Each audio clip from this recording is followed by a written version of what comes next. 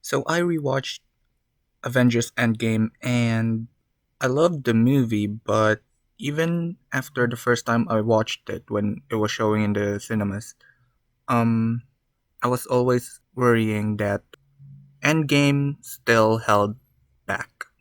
In terms of story, I think they really nailed it. And the last scenes were actually very heartwarming. It was really indicative that a generation is ending. My problem with it is that from what I've seen, the MCU, at least in the movies, will always be holding back.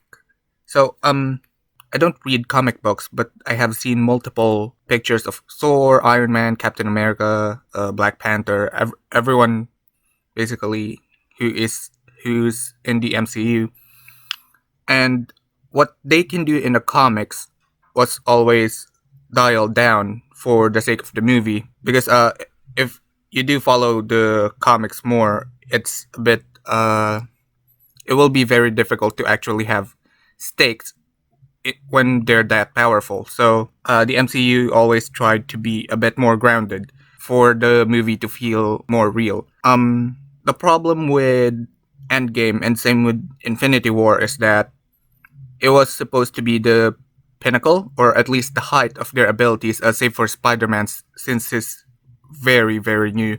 Iron Man, Thor, and Doctor Strange, during any event in the comics, really shows what they're capable of. Yeah, they're always fighting people stronger than them, but you can see their power at its peak.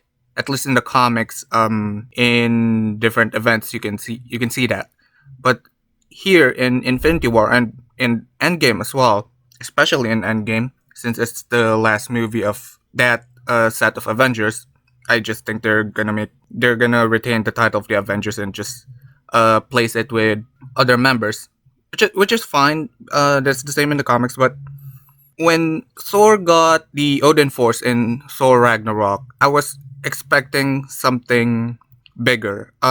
Thor in the comics is so much more powerful than he is in the movies, which is fine.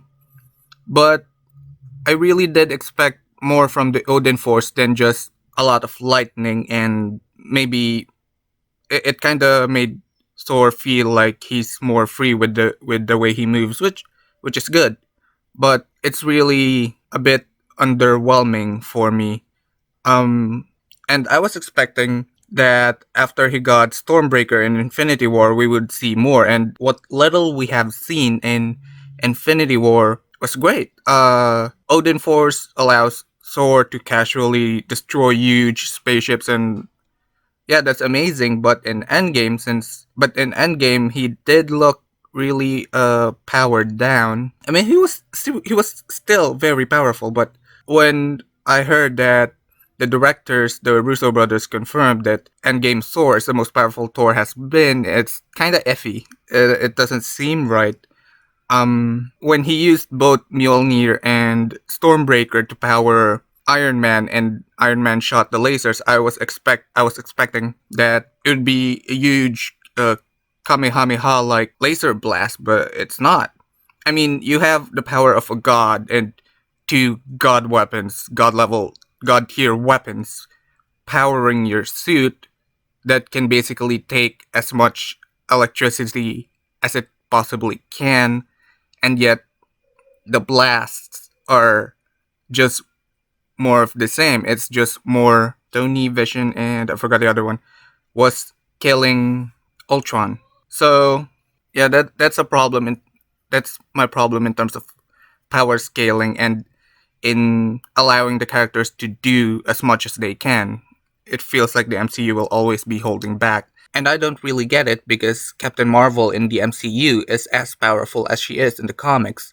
So that's why she feels so out of place, so out of touch with the established power scaling and the reality of the MCU. With Captain America, I think they did go as close to what he can do in the comics as possible. Winter Soldier definitely proved that, and his fight with Thanos was very well done. Overall, I really liked the movie, but Yeah, I'm really skeptic. I don't think that we'd ever see the MCU like place give characters all the power they actually have. That they won't really peak. So I mean, I think except for Captain Marvel, they won't really peak.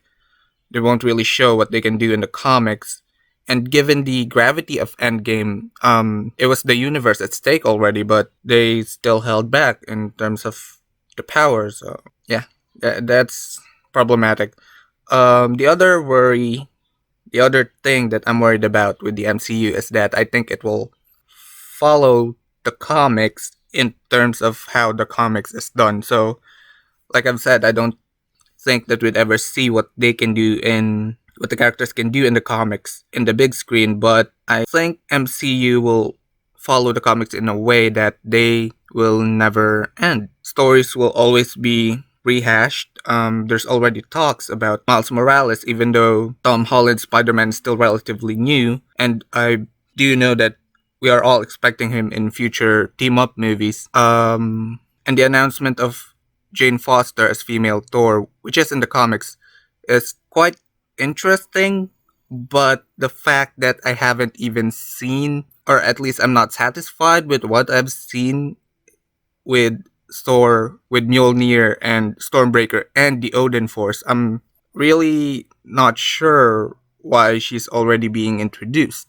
But yeah, I think the MCU will do what the comics does. They will always rehash the titles. There will always be somewhat of an Avengers team up. There will always be new Thors. I think Beta Ray Bill will be introduced at some point. There are rumors of Ironheart for some reason. Oh yeah, the Disney Plus shows. I'm not fond of that. I hate. Why do I have to watch a TV show just to get the background story of the movie? I think the movie should always be standing on its own.